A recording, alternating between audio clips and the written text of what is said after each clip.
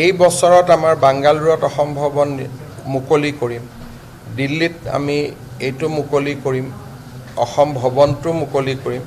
এতিয়া আমাৰ ডাঙৰ প্ৰজেক্ট চলি আছে কলিকতাৰ পুৰণা আছাম হাউচটো ভাঙি আমি বহুত ডাঙৰ এটা হাউচ তাতে বনাই আছোঁ।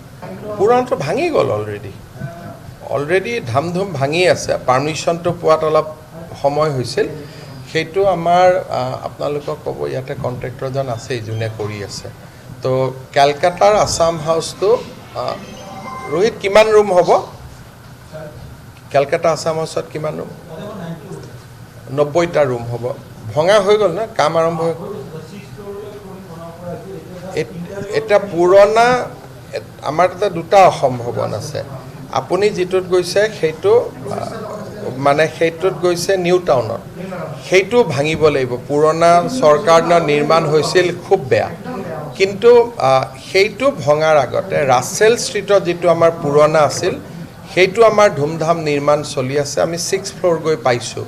তাতে 100জন মানুহ থাকিব পাৰিব।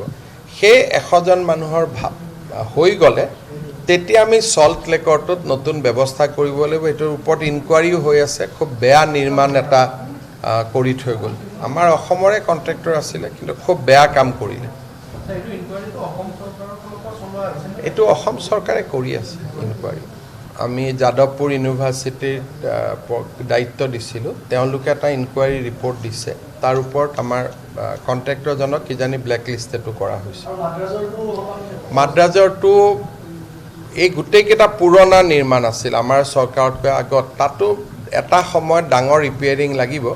ভেলোৰৰটো ভাল, কিন্তু মাদ্ৰাজৰটো অলপমান, কিন্তু বেংগালোৰটো খুব ভাল হৈছে।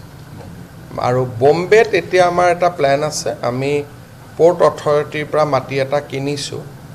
পৰ্ট অথৰিটি আৰু পুৰণা অসম ভৱন, এটা কেঞ্চাৰ পেচেণ্টৰ কাৰণে, এটা চৰকাৰৰ কাৰণে, দুইটা আমি নতুনকৈ বনাম ভাঙি পেলাই। কাৰণ এতিয়া ওপৰলৈকে যাব অনুমতি দিছে, কিন্তু আমি যেতিয়া বনাইছিলোঁ তেতিয়া পাইলিংটো আমি ওপৰত যাবৰ কাৰণে আমাৰ নাছিলে। সেইকাৰণে বম্বেৰ দুটাও পৰিৱৰ্তন হ'ব। মই ভাবোঁ যে জানুৱাৰী মাহৰ পৰাই গোটেইবিলাক কাম আৰম্ভ হ'ব আৰু কিছু উদ্বোধনো হ'ব। বাংগালুৰুটো উদ্বোধন হ'ব, দিল্লীৰ অসম ভৱন, তৃতীয় আছাম হাউচ এইটো উদ্বোধন হ'ব। কেলকাতাটো অহা বছৰত আমি উদ্বোধন কৰিব পাৰিম। কিছু উদ্বোধনো হৈ থাকিব, কিছু নতুনো হৈ থাকিব।